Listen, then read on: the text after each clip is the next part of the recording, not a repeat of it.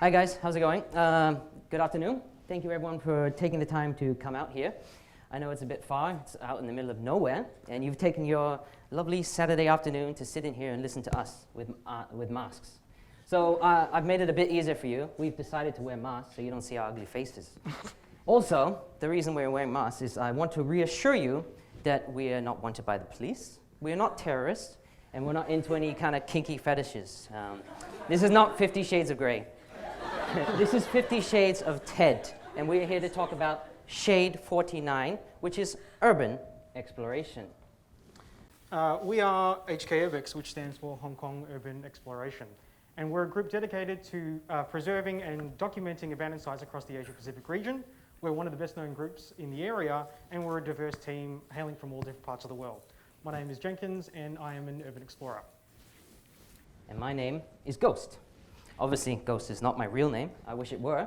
But what is a name, really, but a label ascribed to us by society? A label which we don't have much control over unless we go through the processes of changing it, which no one really ever does. I think in Hong Kong, some people can actually choose their name. I've seen people called like Mickey Mouse and stuff like that. Weird names all the time. So I'm choosing Ghost. This is obviously a play on Guilo, because I am the white member of the team. I'm the token white guy, you know? Not the token black guy, the token white guy.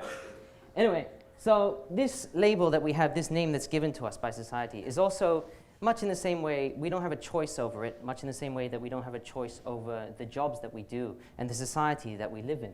We live in what is essentially a broken system, a system that takes how we live. We are made to pay taxpayer money without choice. We have to. That's what you have to do. And we live within these controlled limitations and restrictions. Laws restrict us from what we can do and where we can and cannot go. So in this society, our public taxpayer money that we pay is usually, it adds up, and they use it to pay for infrastructure. They use it to pay for public services, which is nice. We get some nice parks to hang out in. But often, we get a lot of spaces which we don't get access to. And I find this quite criminal, really. So as a group, we've decided to take it upon ourselves to explore these kind of spaces, whether it be infrastructure built with public money, whether it be some abandoned school or abandoned site left on its own. And I'm sure when you guys were coming out here on the MTR, there's just loads of empty land, and there's a lot of buildings which are just left there, derelict. So we create alternative meanings by exploring these places and documenting them. Essentially, we've been described as extreme anthropologists, ethnographers, hardcore historiographers, psychogeographers, trespassing tourists, and more. Essentially, we are urban explorers. But what is urban exploration? In the broadest sense, it is the exploration of abandoned man-made structures. It serves completely different contexts and different functions, but for me personally, it is a form of escapism. But of course, there are other reasons why people do it.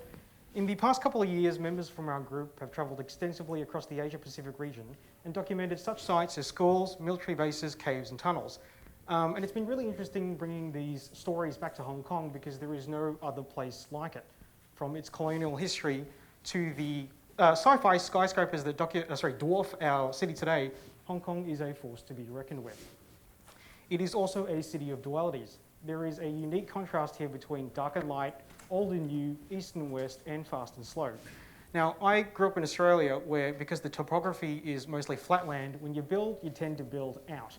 And in Hong Kong, because of the limited space, you've only got two directions, up or down. And the most amazing thing about being in Hong Kong for urban exploration is there is no immediate sense of danger. In Australia, for example, abandoned buildings tend to be littered with syringes and other forms of drug paraphernalia. Hong Kong really is a city of extremes, as these stats show. It is home to almost over 7 million people. There's 200 islands, who knew? And it's one of the most densely populated places in the world. It is also, because of this, it has one of the highest gaps between the rich and the poor. The disparity between the advantage and the disadvantage is just shocking. And I'm sure some of you have seen this when you walk around poor places like Tai Kok Choi, To Kwa Wan. There's really old buildings and people living in subdivided flats. There was even a fire last week in which a poor old man died, R.I.P. The cat survived, go figure.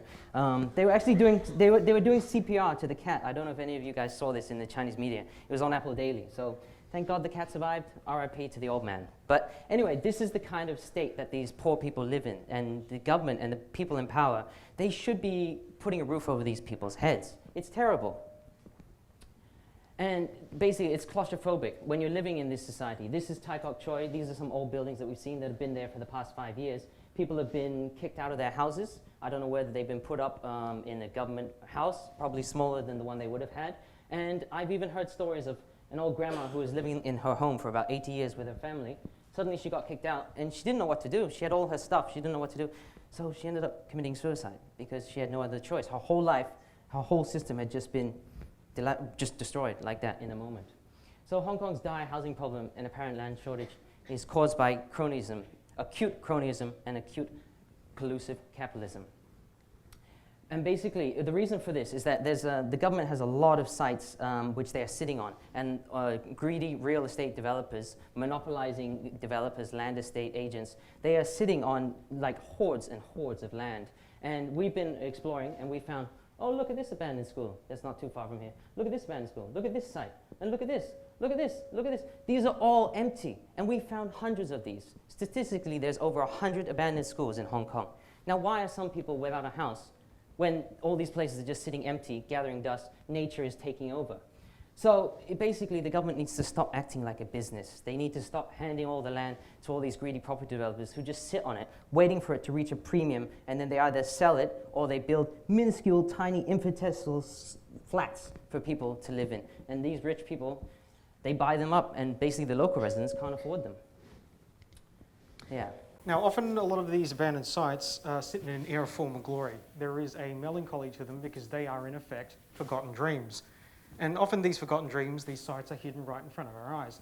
So for example, there is a void between Star Street and Ship Street in Wan Chai, where there is a supposedly haunted mansion. Anyway, Haunted. Yeah, and entering this void is like playing a real-life video game. Now, by a quick show of hands, who here has noticed all of these abandoned structures littered across the city? Anyone? Right, so quite a few of you, which makes the sheer number of them that actually exist in this city unbelievable, which is the theme of today's event. Clever.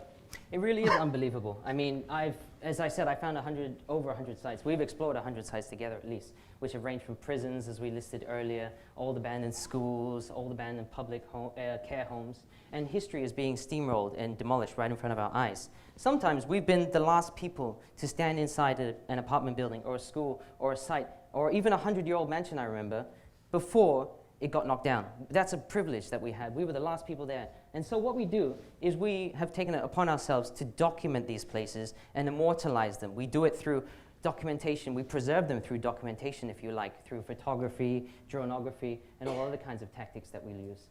And when you're in an old historical building, there's just something about them. They're almost alive, like you can taste the history. You know, compare this old building, which is about 60, 70 years old, that's just off Sheung Wan, near Soho, to this brand new spanking building in Admiralty. Which has more soul? Which has more character? Which was built with care by artisans, by craftsmen? Which was built for money by capitalism with, you know, silver lining to reflect luxury, you know, and it's manufactured, it's prefabricated. That was probably made in faster time than that was made, but that is a lot more beautiful, and that's probably going to get knocked down one day. Now, like Gotham City, Hong Kong is a character in and of itself. And every location that we enter, we treat like a character with its own history and its own backstory. Every location is treated with the utmost respect, and we do so by following a very specific set of rules, which are as follows. Take nothing but pictures, leave nothing but footprints, and kill nothing but time. Now, with this thought process in mind, I'd like to talk a little bit about our particular brand of urban exploration within the context of the TED acronym. So technology, everything from body-mounted cameras to drones and quadcopters, technology has very quickly become the best friend of the urban explorer. We're now able to achieve the kinds of shots that we only dreamt about a couple of years ago. Entertainment. I spoke a little bit earlier about Urbex being a form of escapism for me, and growing up as a kid in the 90s, my favourite form of escapism was point-and-click adventure games, completely obsessed. And in particular, the mystery and exploration facets of that genre. And from the content creation side of things, we are one of the only urban exploration groups to regularly produce video content, and we do so to inform and to entertain. And lastly, design. They say that you decorate time with music and you decorate space with art. In urban exploration, the space is the art. And we've been lucky enough as a team to have a group of people comprised entirely of content creators from journalists, videographers, and designers, and being able to view this particular type of history lensed through these respective sets of eyes has been an unbelievable experience. Unbelievable again. So I would like to end by asking you all a question. Picture something that is personal and memorable to you, whether this is a jewelry, an old photograph, maybe a body part even. And now, what if someone came along and stole that item from you? Cut off your finger, maybe. Not cool, right? That wouldn't be cool. But this is what is happening to history in our city. These historical sites belong to the people. And the reason that history and heritage is important is because we need these places to tell us what we were before, and we need to learn from them, from future generations. We can teach them how the world was before. If the society was all the same, all brand new Starbucks and shopping malls and everything like that, it wouldn't be interesting. It would be homogenous. It would just all be the same. And we need an ecosystem. It needs to have, I'm not saying every historical building should be preserved, but I think the government policy needs to be rethought a little bit, if you like. And that's why heritage matters. So I urge all of you, next time you see an old abandoned building, maybe a mansion or an old car even on the roadside, spare a thought and think about how it came to be there and its history. I'm not asking you to trespass. I'm not aiding and abetting. I don't want to be an accessory to your crimes, okay? That's why I'm wearing the mask, all right? But, you might just find something about yourself in exploring your environment. Because whenever I do something personally, whenever I do something unpredictable and surprising, when I'm using all my senses in these spaces, when I'm exploring them, it often leads to an interesting, unexpected outcome. If you already know about the predictable future, you're living in the past. So spare a thought to your surroundings and environment, and you might just learn a bit more about yourself as well. We've been HKURBEX. Thank you. Thank you.